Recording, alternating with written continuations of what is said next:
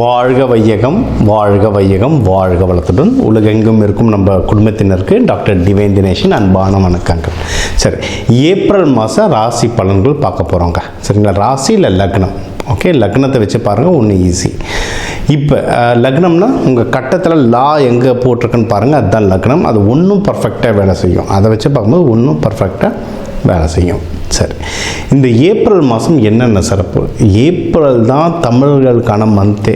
ஏன்னா நம்ம தமிழ் புத்தாண்டு ஏப்ரல் 16. நம்மளுக்கு வந்து இந்த சித்திரை அப்படின்றது தான் ஒரு புத்தாண்டாகவே ஆரம்பிக்கிறது. ஸோ ஏப்ரல் புனிதமான மாதம் நம்மளுக்கு ஒன்று. இன்னொன்று சித்ரா பௌர்ணமி வருது. சித்திரகுப்தர் சித்தர்களுடைய நிறைய ஆசீர்வாதம் வாங்கணும்னா சித்ரா பௌர்ணமி. சித்திரை திருவிழா, மதுரை குலுங்கன்ற மாதிரி ஃபுல் சித்திரை திருவிழா வருது. ஸோ இந்த ஏப்ரல் மாதம் வந்து ஒரு புனிதமான மாதம். ஓகேங்களா? இந்த புனிதமான மாதத்தில் நம்ம ராசிக்கு எந்தெந்த விஷயங்கள்லாம் ரொம்ப சாதகமாக இருக்குது, எதுலலாம் நல்ல வாழ்க்கையில் முன்னேறலாம், வேறு எந்தெந்த விஷயத்தில் நான் கொஞ்சம் கவனமாக இருக்கணும், என்னென்ன வழிபாடுகள் பண்ணணும் அப்படின்றத நம்ம ஒவ்வொன்றா பார்த்துட்டு வருவோம். இது கூடவே இந்த பண்டிகைகள், இந்த முக்கியமான நாட்கள், இந்த பௌர்ணமி, அமாவாசை இதையும் கலந்து சொல்கிறேன். அதுக்கேற்ற வழிபாடுகள் பண்ணிட்டு வர இந்த ஏப்ரல் மாதம் நம்மளுக்கு ஒரு சிறப்பான மாதமாக அமையும். கும்பராசி, கும்ப லக்னம் சூப்பராக இருக்குது. அதான் சொன்னேன், நம்ம வந்து ஜென்ம சனியாக நம்ம வீட்டில் மூவ் ஆகிட்டாருங்க. இதுக்கப்புறம்லாம் ஏறு முகம் தான், அடித்து ஏறுன்னு ஏறலாம். அதனால் டைம் ரொம்ப நல்லாயிருக்கு.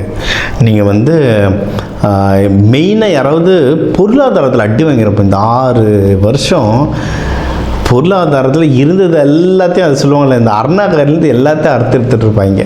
பொருளாதாரத்தில் இதுவாகிருக்கு. இப்போ பார்த்தீங்கன்னா கடந்த ஒரு 3 மாதமாகவே உங்களுக்கு பொருளாதாரம்லாம் ரொம்ப ஸ்டேபிள் ஆகிட்டே வரும். ஸ்டேபிள்னால் அப்படியே 10 வருஷத்துக்கு முன்னாடி இருந்த மாதிரி இப்போ இருக்கணும்லாம் இல்லை. ஒரு 1 வருஷத்துக்கு முன்னாடி இருந்ததை விட இப்போ கொஞ்சம் பெட்டராக இருக்கும். முன்னேறினே வந்துட்டுருக்கும், கொஞ்சம் கொஞ்சமாக முன்னேறி வந்துட்டுருக்கோம். ஸோ பொருளாதாரம் ஸ்டேபிள் ஆகுது. இது வந்து நீங்கள் என்ன இன்வெஸ்ட்மெண்ட் பண்ணுறது தான் இப்போ பண்ணிட்டேன். ஏன்னா இப்போ அங்கங்கே நிறைய போர்கள் நடந்துகிட்ருக்கு. கோல்டு வெள்ளி விலைலாம் ஏறும். சரிங்களா? அதனால் இப்போ அதெல்லாம் சின்ன சின்னதாக வாங்கி வச்சுட்டே வந்தீங்கன்னா நம்ம ஜெயிக்கிறதுக்கு நிறைய உபயோகப்படும். இது ஒன்று. படிக்கிற குழந்தைங்க நல்லா படிக்கும் சார். ஏன்னா கும்பமும் எப்படின்னா படிக்கிற ஏஜில் பார்த்தீங்கன்னா பசங்க கொஞ்சம் மந்தமாக இருக்கும். சனி பகவான் வீடு இருந்தாலும் கொஞ்சம் மந்தமாக இருக்கும். அடிக்கடி உடம்பு சரியில்லாமல் இருக்கும். அதுவும் பூரட்டாதிலாம் பிறந்ததுன்னா ஒரு 3வது 4வது படிக்கும்போது கிட்டத்தட்ட சனி தசை ஆரம்பிச்சிடும். அப்படியே பசங்க மந்தமாக இருக்கும். அதனால் குழந்தைங்களை அடித்து ஒரு பிரயோஜனமும் கிடையாது. சனி பகவானுடைய தாக்கம் தான் அது. அந்த சனி பகவான் தாக்கத்தை குறைச்சிட்டிங்கன்னா பசங்க நல்லா படிக்க ஆரம்பிச்சாங்க. ஏன்னா கும்பத்துலலாம் பசங்க பிறந்தால் நீங்கள் லக்கி. குடும்பத்தை தாங்குவாங்க. கும்பத்தில் பிறந்த பசங்க குடும்பத்தை தாங்குவாங்க. அண்டு நீங்கள் வந்து அதில் படிக்கிற குழந்தைங்க நல்லா படிக்கும். நம்ம எப்பவுமே சொல்கிறது தான், டீ கொடுக்கும்போது ஏலக்காய் போட்டு கொடுங்க. சாப்பாட்டில் எப்போவுமே பச்சை காய்கறிகள் ஏதாவது ஒரு வேளை, இல்லை சாப்பாட்டில் வந்து ஏதோ ஒரு டிஷ்ஷு கீரைன்னு கீரை வெண்டைக்காய் இந்த பச்சை காய்கறி கொடுத்துட்டே இருங்க. புதன் நல்லா ஆக்டிவேட் ஆகும், மூளை நல்லா ஆக்டிவேட் ஆகும். இது படிக்கிற குழந்தைங்களுக்கு மட்டும் கிடையாது. இது வந்து நீங்கள் வந்து ஏதாவது வண்டி வாகனம் வாங்கணுன்னாலும் இது யூஸ் ஆகும். கம்யூனிகேஷன், உங்களுடைய கம்யூனிகேஷன் இம்ப்ரூவ் பண்ணுறதுக்கு யூஸ் ஆகும். கும்பம் எப்படி இருக்குன்னா, நம்ம ஒன்று சொன்னால் எதிர்க்க இருக்கவன் வேற மாதிரி புரிஞ்சுப்பான். இது அந்த அர்த்தத்தில் சொல்லலைன்னா, இல்லை நீ அப்படி தான் சொன்னேன் அப்படின்னு சொல்லுவாங்க. நான் தப்பாக நினைக்கிறாங்க, நீ தப்பாக நினச்சேன்னு வாங்க. அதெல்லாம் என்ன கம்யூனிகேஷன் இஷ்யூ. ஸோ நீங்கள் வந்து புதன் ஆக்டிவேட் பண்ணிட்டீங்கன்னா அந்த கம்யூனிகேஷன் வந்து ப்ராப்பர் சேனலாக இருக்குங்க. சரிங்களா? இன்னொன்று எதனா வண்டி வாகனம், வீடு எதனா வாங்கணும், நகை எதனா வாங்கணும்னா இதுக்கெல்லாம் சரியான டைம். இதனால சரியான டைம். இந்த 6 வருஷத்தில் வந்து நம்ம சண்டை போடாத ஆளுங்க யார்? வீட்டில் ஒய்ஃபு ஹஸ்பண்ட்கிட்ட சண்டை போட்டிருப்போம், பசங்கள்கிட்ட சண்டை போட்டிருப்போம், வேலை செய்கிறதுல சண்டை போட்டிருப்போம். இப்போ வந்து கொஞ்சம் பேச்சப் ஒர்க் பண்ணலாம். இப்போ அம்மா கிட்டலாம் எதனா சண்டைனா கொஞ்சம் பேச்சப் ஒர்க் பண்ணலாம். ஃப்ரெண்ட்ஸுங்க கிட்ட எதனா சண்டைனா கொஞ்சம் பேச்சப் ஒர்க் பண்ணலாம். கொஞ்சம் பேச்சப் ஒர்க் பண்ணுறதுக்கு இது வந்து ஒரு பெஸ்ட்டான டைமாக இருக்கும். இது ஒன்று. வேலை இல்லைன்னா யாராவது ப்ரமோஷன்லாம் அதான் வேலை இருந்தாலே பெரிய விஷயம் நிலமில் தான் இருக்கிறோம். வேலையை தக்க வச்சுக்கிட்டவங்க ப்ரமோஷனுக்கு ட்ரை பண்ணலாம். இல்லை புதுசாக வேலை, சார் ரொம்ப வருஷம் ஒரே இடத்துல மாட்டிக்கிட்டு இருக்கேன் சார், வெளியே மாறணும், வேறு ஜாப் வேணும் சார்னா இப்போ வந்து ஜாப் மாறுறதுக்கு இது வந்து ஒரு சூப்பரான டைமுங்க. தாராளமாக ஜாப் மாறும், ஜாப் கிடைக்கும். நீங்கள் வந்து இப்போ யாரும் லவ் பண்ணுறீங்கனாலும் கும்பத்துக்கு லவ்ன்றது கொஞ்சம் கஷ்டம்தான். ஏன்னா ரொம்ப நல்ல பசங்களாக இருப்பாங்க, ஒழுக்கமானவங்களாகவும் இருப்பாங்க, உண்மையை வந்து வேறு முகத்துக்கு நேரம் சொல்லிடுவாங்க. அதனால் கொஞ்சம் அமையது லைட்டாக கஷ்டம்தான். அதை மீறி உங்கள் மனசுக்காக அமைஞ்சிருச்சுன்னா டக்குன்னு கல்யாணமாக மாற்றி விட்ருங்க. ஏன்னா அதுக்கும் டைம் வந்து ரொம்ப நல்லாயிருக்கு. புதுசாக பொண்ணு மாப்பிள்ளை தேடுறவங்க வந்து கல்யாணத்துக்கு டைம் நல்லாயிருக்கு. ஆனால் நீங்கள் வந்து ஜாகிரதையாக பண்ணணும். ஏன்னா இந்த பேக்ரவுண்ட் வெரிஃபிகேஷன் ஜாகிரதையாக பண்ணணும். ஏன்னா யாருன்னு தெரியாமல் தான் நம்ம மேட்ரிமோனியில் பார்த்துட்டு பண்ணுறோம். ஸோ வெரிஃபிகேஷன் கரெக்டாக பண்ணிக்கோங்க. கல்யாணத்தை வந்து யாரை கூட்டிகிட்டு போகிறோம் பேசுறதுக்கு, கூட பொண்ணு வீட்டுக்கும் மாப்பிள்ளை வீட்டுக்கும் பேசுறது யாரை கூப்பிட்டு போகிறோம், சொந்தக்காரன்னு கடமைக்கு கூப்பிட்டு போகாமல், இல்லை தெரிஞ்சவங்கன்னு கடமைக்கு கூட்டிகிட்டு போகாமல் நல்ல ஆளாக பார்த்து கூப்பிட்டு போனீங்கன்னா நடக்காத கல்யாணத்தை நல்லபடியாக நடத்தி வைப்பாங்க. ஏன்னா அதில் தேவையில்லாமல் குழப்பங்கள் வரக்கூடாது. யாராவது நம்ம வரதட்சணையே வேணாம்னு சொல்லியிருப்போம், யாராவது ஒருத்தர் பொண்ணுக்கு எவ்வளோ போடுறீங்கன்னு ஆரம்பிப்பாங்க, பஞ்சாயத்து ஆகிடும். இந்த மாதிரி தான் சம்மந்தம். அவங்கக்கிட்ட நம்ம எதுவும் சொல்லியிருக்க மாட்டோம், அவங்களாம் ஒன்று கேட்பாங்க, குழப்பி விட்ருவாங்க. இந்த மாதிரி ஆளுங்கள்லாம் முன்னாடியே உட்கார வச்சு எதுவும் பேசாதீங்கன்னு ஃபுல் ட்ரைனிங் கொடுத்து கூப்பிட்டுருப்பாங்க. ஏன்னா கல்யாணம் உங்களுது. ஏற்கனவே நம்மளுக்கு பொண்ணு தரத்தே பெரிய விஷயம் கும்பத்துக்கு. ஏன்னா இருக்கிற டைம் அப்படி 6 வருஷம் நம்ம ஃபஸ்ட்டு நமக்கு கல்யாணம் பண்ணுற இன்ட்ரெஸ்ட் வருது பெரிய விஷயம். அதுக்கப்புறம் நம்மளுக்கு அமையிறது பெரிய விஷயம். இதுக்கு நடுவில் இந்த கௌஷிக்குன்னு வேறு வந்து குழப்பி விட்டுருவாங்க.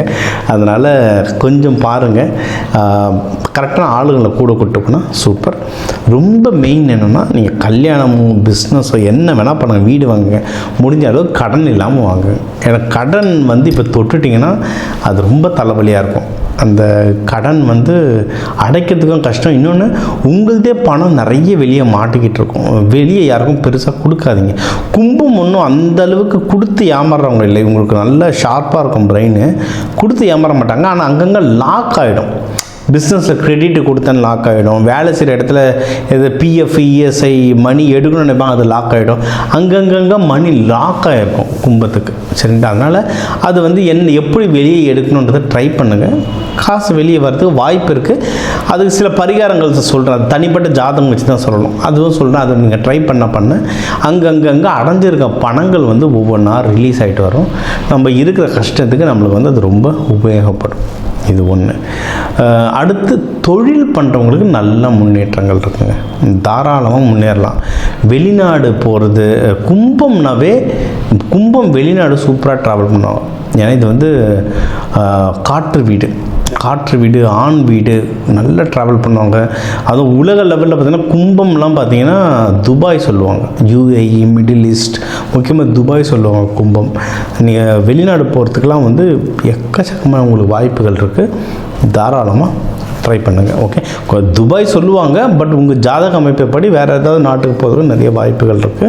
அதை வந்து தாராளமாக ட்ரை பண்ணுங்கள். இல்லை நீங்கள் இங்கேருந்து ஒரு தொழில் பண்ணீங்க, அந்த தொழிலை அந்தந்த நாட்டுக்கு எக்ஸ்போர்ட் பண்ணணும், இல்லை அங்கேருந்து இம்போர்ட் பண்ணனாலும் ஏதோ ஒரு விதமாக அந்த நாட்டோட கனெக்ஷன் வரும். ஸோ நீங்கள் வந்து அதை பண்ணலாம். உங்களுக்கும் சுப செய்திகள் நிறைய வந்துக்கிட்டே இருக்கும். சுப செய்திகள் வந்துட்டுருக்கும். எதில் ஜாகிரதையாக இருக்கணும்னா அந்த பணம் விஷயம். கையில் வந்து பணம் மட்டும் எப்படி செலவாகுதுன்னே தெரியாது. வரும், ஆனால் எப்படி செலவாகுதுன்னே தெரியாது. கண்ணா அப்படின்னா செலவாகும், நம்ம கண்ட்ரோல் மீறி செலவாகும். 50,000 ரூபாய்க்கு ஒன்று யோசிச்சு வச்சிங்கன்னா 1.5 லட்ச ரூபாய் எடுத்துன்னு போய் வைக்கும். யாராவது கும்பத்தில் வந்து இந்த கணக்கு வழக்கு, சொந்த செலவு கணக்கு வழக்கு எழுதுகிறவங்களாக இருந்தால் நல்லா தெரியும்.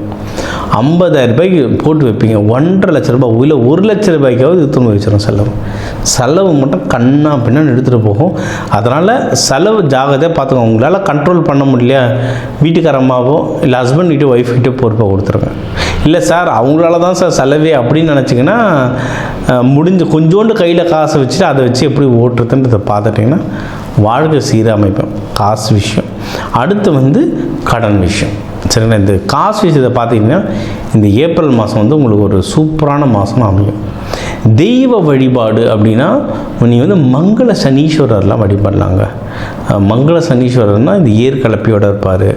அவரோட ஒய்ஃப் ஜேஷ்டா தேவி, குளிகன் மாந்தி அவங்க குழந்தை, அவங்களோட மொத்தமாக குடும்பத்தோடு சனி பகவான் இருக்கிற கோவில்கள் நிறைய இருக்குது. எல்லா ஊர்லேயும் இருக்குது. சென்னையில் இருக்குது, காஞ்சிபுரத்தில் இருக்குது, முக்தீஸ்வரர்னு ஒரு கோவில் இருக்குது, திருக்கொல்லிக்காடு இருக்குது, நிறைய கோவில்கள் இருக்குது. சரிங்களா? அங்கெல்லாம் போயிட்டு நீங்கள் மங்கள சனீஸ்வரர் வழிபட்டிங்கன்னா சூப்பராக ஒர்க் ஆகும். இது ஒன்று. அடுத்து வந்து இவர் ரங்கநாதரை வழிபடலாம், லக்ஷ்மி தாயாரோடு வழிபடலாம். இவங்க நம்ம சிவபெருமான் பார்வதியோடு வழிபடலாம். இவங்கள வந்து சனிக்கிழமை குளிகை நேரத்தில் வழிபடுங்க. காலையில் ஒரு 6:30 மணி வரும், 6:30 மணிக்கு அரௌண்ட் 6:30 மணிக்கு வரும். குளிகை நேரத்தில் வழிபாடு பண்ணுறது ரொம்ப நல்லது. இவங்களுக்கும் இந்த நேரத்தில் நீங்கள் எள்ளு சாதம்லாம் அன்னதானமாக கொடுக்கக்கூட கர்ம வினை பயங்கரமாக கிளியர் ஆகும். ஏன்னா இவங்களுக்கு வந்து கும்பம் வந்து கர்ம வினை ரொம்ப, அதனால தான் நம்ம சனி பகவான் வீட்டிலே பிறந்திருக்கோம். கர்மா ஜாஸ்தியாக இருக்கும், ஆனால் நல்ல கர்மா கடிக்கிற நிலமையில தான் இருப்போம். அண்டு இப்போ ராகுலாம் இருக்கிறதுனால கருப்பு உளுந்தில் செஞ்ச கஞ்சிகள்லாம் நீங்கள் அன்னதானமாக கொடுக்கலாம், எள்ளு சாதமானா கொடுக்கலாம். இதெல்லாம் கொடுத்துட்டு வர இந்த ஏப்ரல் மாதம் வந்து உங்களுக்கு ஒரு சுபிக்ஷமான மாதமாக அமையும். சரி, இப்போ உங்கள் ராசிக்கு வந்து எல்லா முக்கியமான விஷயங்கள் பார்த்தோம். ஓவராலாக எப்படி இருக்கும், கல்யாணம் யாருக்கு, வேலை, மகப்பேறு, கடன், கொடுக்கறது வாங்கிறது, தொழில் யாருக்கு அமையும், ஆஃபீஸில் ப்ரமோஷனுக்கு அமையும், வெளிநாடு போகிறது, உடல் உபாதைகளில் எப்படி சரி பண்ணுறது, என்னென்ன வழிபாடுகள், எந்தெந்த தெய்வங்கள் எந்தெந்த நாளில் வழிபாடு பண்ணுறது, இது எல்லாமே நம்ம வந்து முக்கியமாக ஒரு ஓவராலாக எல்லாத்தையும் நம்ம பார்த்தோம். சூப்பர். இப்போ அதான் 12 ராசி, ஒரு 12 கோடி தமிழர்கள் இருக்கும். ஒரு ராசியும் ஒரு கோடி பேருக்கு பொதுவாக சொல்லியிருக்கோம், பொது பலனாக சொல்லியிருக்கோம். இதுவே ஒர்க் ஆகும். ஒன்றும் ஸ்பெசிஃபிக்காக இல்லை, எனக்கு இது பத்தலை, எனக்கு ஒன்றும் கிளாரிட்டி வேணும், இல்லை நீங்கள் சொல்கிறது சிலது எனக்கு நடக்கலை அப்படின்னா நீங்கள் வந்து உங்கள் ஜாதகத்தை வச்சு தான் பார்க்கணும். சரிங்களா? ஒன்று உங்கள் ஏன்னா தனிப்பட்ட ஜாதகத்தை வச்சு கிரக நிலைகள் மாறும்ல, அப்போது அதை வச்சு தனிப்பட்ட ஜாதகம் வச்சு பார்க்கணும். இது ஒன்று. இன்னொன்றுங்க, ஜாதகம்ன்றது ப்ரெடிக்ஷன். இது நடக்கும், இதெல்லாம் நடக்க வாய்ப்புகள் இருக்குன்ற ஒரு கால்குலேஷன், இதுதான். ஓகேவா? இதை தாண்டி நமக்கு வந்து இந்த கிரகங்களோட எப்படி நம்ம வந்து ஒரு அலைன்மெண்ட்டுன்னு சொல்லுவாங்க, அவங்களுடைய வேவ் லென்த்தில் நம்ம அலைன்மெண்ட் ஆகிட்டோம்ல, அவங்க போக்குலேயே நம்ம போயிடணும்னா ஜெயிச்சிடலாம். இப்போ சனி பயிற்சி நடக்குதுன்னா அப்போ அந்த சனி தாக்கம் குறைக்கிறதுக்கு என்னென்ன, இப்போ நான் வந்து தெய்வ வழிபாடுகளாக சொல்லியிருக்கேன். ஆனால் இதை தாண்டி நிறைய இருக்குது. விதைகள், கலர் தெரப்பி, அரோமா தெரப்பி, நறுமணங்களை வச்சு அவ்வளோ விஷயம் நம்ம சாதிக்கலாம். அதில் வந்து கோவிலில் சாமிக்கெலாம் பூவெலாம் கொடுக்குறோம்லாம், நறுமணத்துக்கு எது கொடுக்குறோம்? ரொம்ப பெரிய ஆளுங்க போது நிறைய இந்த எசென்ஷியல் ஆயில்னு தருவாங்க, அரோமா தெரப்பின்னவங்க நறுமணங்களை வச்சு நிறைய மேஜிக் பண்ணலாம். விதைகள், கோவிலில் வந்து ஒரு சாமியை பிரதிஷ்டை, பிராண பிரதிஷ்டைன்னு சொல்லுவோம். அந்த சாமியை பிரதிஷ்டை பண்ணி கீழே நவதானியம் கொட்டுவோம். எதுக்கு நவதானியம்? அந்த நவகிரகங்களுடைய சக்தியும் உள்ளே இறங்கும். அப்போ அதை நமக்குள்ளே எப்படி கொண்டு வரது? விதைகள் மூலமாக பயிற்சிகள், கலர், ஒரு கலர் ஒரு கிரகம், எந்த கலரை போட்டால் இப்போ என் கிரகத்துக்கு எது வேலை செய்யும், இந்த மாதிரி விஷயங்களை நிறைய பயிற்சிகளாக சொல்லித்தரேன். எக்கச்சக்க பயிற்சிகளாக சொல்லித்தரோம். அதாவது ஒரு ஜோதிடத்தை நான் கேட்டேன், அவர் கல்யாணம் நடக்கும்னாரு, அவர் சொன்னதுனால நடக்கும்னா அப்படிலாம் நடக்காது. அதுக்கான சாத்தியக்கூறு இருக்குது, அதுக்கான முயற்சி எடுக்கணும். முயற்சி கூட அது நடத்துறதுக்கான சில சப்போர்ட்ஸ் நம்ம எடுத்துக்கணும். இந்த பயிற்சிகள் பண்ணணும், இந்த கோவில்கள் பண்ணணும். கோவில் சாமி ஒன்று கூட ஒன்றும் சில பயிற்சிகள்லாம் சொல்லுவோம். அதெல்லாம் பண்ண ஒரு இடம் ஒன்று, ஏன்னா ஒரு கிரகத்துக்கே எனக்கு சொல்கிறதுக்கு மணிக்கணக்கில் ஆகும். அதனால் எல்லாமே இந்த 8-10 நிமிஷத்துக்குள்ளே அடக்க முடியாது. வேணுன்றவங்க என் நம்பரை கால் பண்ணி உங்களுக்கு கன்சல்டேஷன் எடுத்துக்கோ. உங்களுக்கு ஒன்றும் குறிப்பிட்டு சில வழிமுறைகள் சொல்கிறேன். ஒன்றும் குறிப்பிட்ட அட்வான்ஸ்டாக தெய்வ வழிபாடுகள், கையில் என்னென்ன மாதிரி தானியங்கள் கையில் வச்சுக்கலாம், வீடு எந்தெந்த கலரில் இருந்தால் நீங்கள் கேட்குற விஷயங்கள் மாறுன்றதுல வாஸ்து, நியூமராலஜிலாம் கலந்து சொல்கிறேன். இதெல்லாம் நீங்கள் செஞ்சுட்டு வர இந்த ஜோதிடம், இது வந்து இந்த ஆன்மீகத்துக்குரிய கொஞ்சம் அறிவியலையும் கலந்துட்டு வர உங்கள் முயற்சிகள் சேர நீங்கள் கேட்குற எல்லா விஷயமும் எல்லாமே இந்த ஏப்ரல் புத்தாண்டில் அந்த சிவபெருமான பார்வதியை நடத்தி வைக்க டாக்டர் டிவைன் தினேஷன் அன்பான வணக்கங்கள். வாழ்க வளத்துடன்.